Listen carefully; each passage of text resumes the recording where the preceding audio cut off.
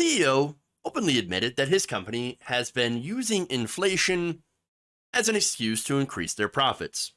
As according to a great article in The Intercept, the CEO of Iron Mountain Incorporated, a man literally named William Meaney. I mean, how ironic is that? He recently told Wall Street analysts at a September 20 investor event that the high levels of inflation of the past several years were good for the company because it helped increase their profit margins, and that for that reason, he had been long doing, quote, my inflation dance, praying for inflation.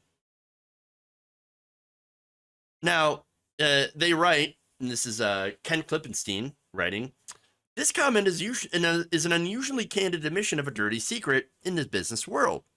Corporations use inflation as a pretext to hike prices. Now, look, those of you watching, I doubt you're at all surprised. Again, it's probably the, most open secret we know. But we all know it. We all talk about it. But when the media, when mainstream media, when Washington, when they talk about it, they say, no, that's not right at all. No, what you're saying is disinformation. They're not. Of course, inflation is not being driven by profit margins. No, it's all this other stuff. And in fact, really, the biggest problem is there's too many people working. The economy is just too hot. That's what it is. There's too many people in that are working. There's too much money on the worker, on the side of the workers in the economy. They've got too much leverage. It's too much money, too much profit for them. So we're going to have to tamp down on that. And I'll, of course, show you how they're doing that, although I'm sure you already know.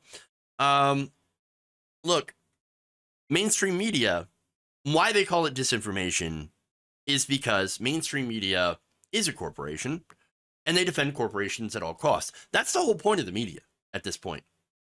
When you live in corporate under corporate rule, you have these billion-dollar companies that sometimes will do wonderful reporting.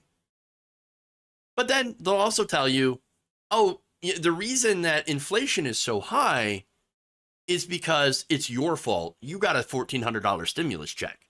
There are too many people working. And therefore, that's the big reason why things cost so much. They don't want you to know that you're getting screwed over by big business. In fact, again, they want you to blame these increased costs of living on workers. Again, even though wages have not kept up with inflation for decades, while at the same time corporate profits have skyrocketed. This is not an accident, everyone.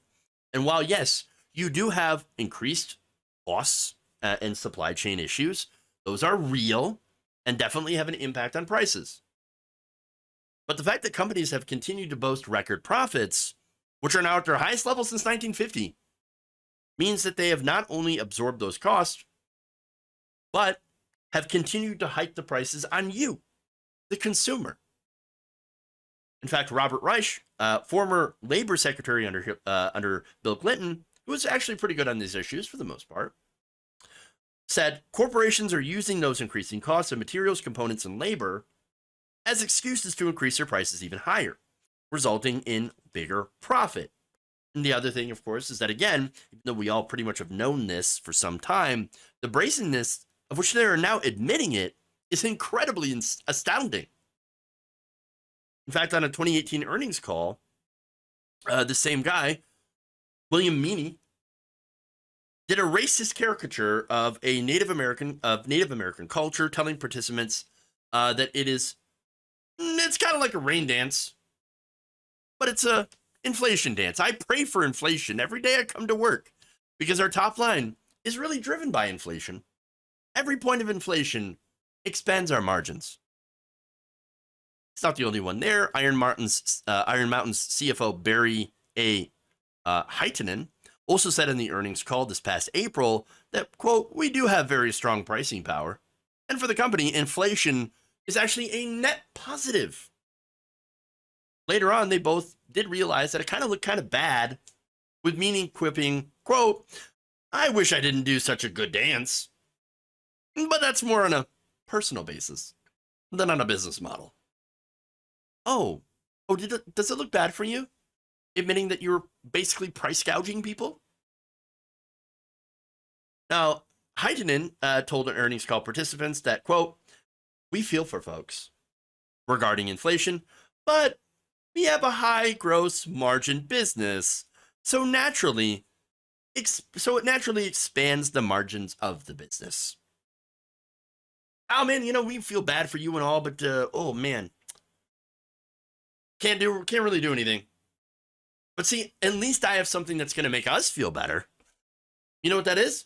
Money. You should totally get some too. It's great. Turns out, money's fantastic to have. I bet you wish you had some. Yeah, well, we would. You weren't price gouging us. Now, that said, let me tie this into the Federal Reserve.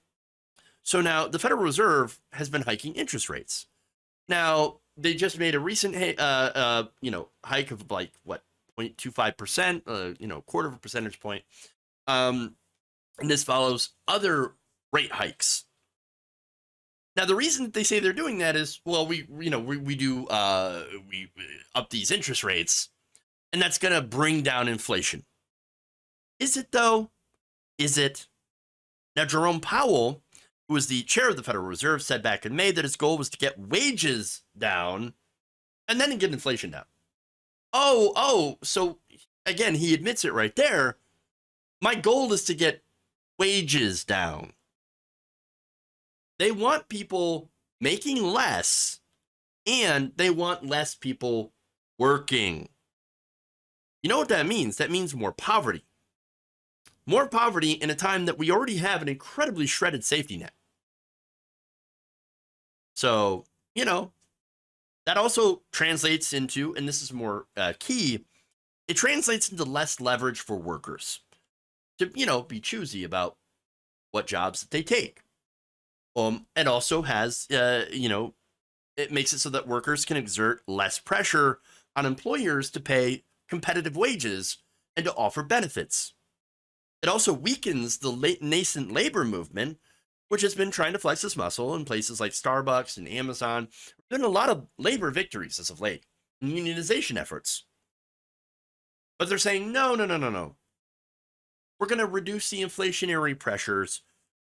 So, ultimately, these rate hikes will be a good thing. This will help you. We promise. Except that, no, it won't help you at all. In fact, here's Jerome Powell basically admitting it. Chair Powell, will gas prices go down as a result of your interest rate increase? I would not think so, no. Okay. That matters because gas prices are one of the single biggest drivers of inflation. Energy prices overall drove a third of the inflation last month, but the Fed's tools, as you say, have no impact here. So let's look at another necessity, food.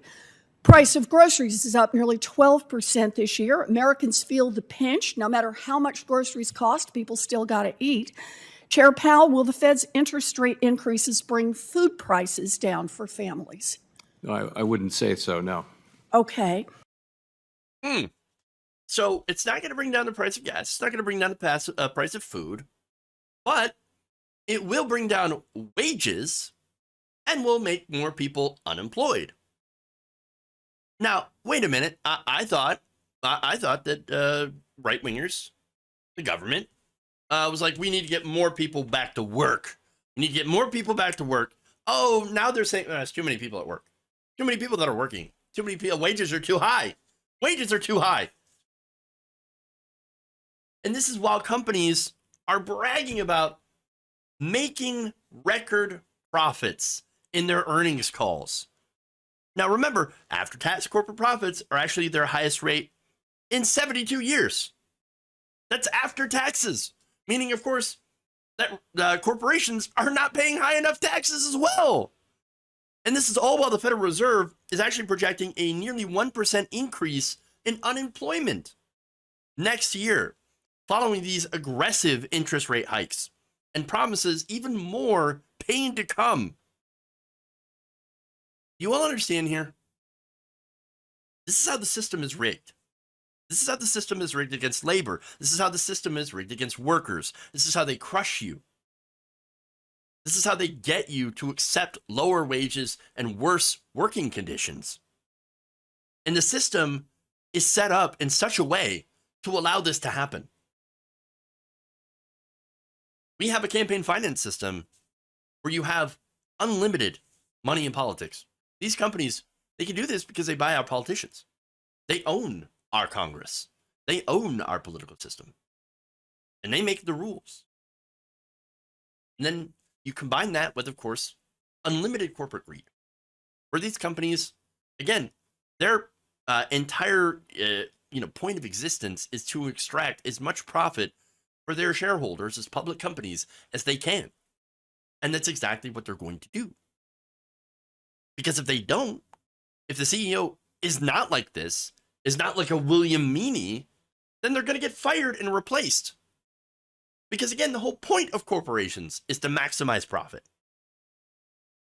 And we have no real governmental body that is able to constrain that level of greed that we have now. And when you don't have any of that, this is the system that you end up with.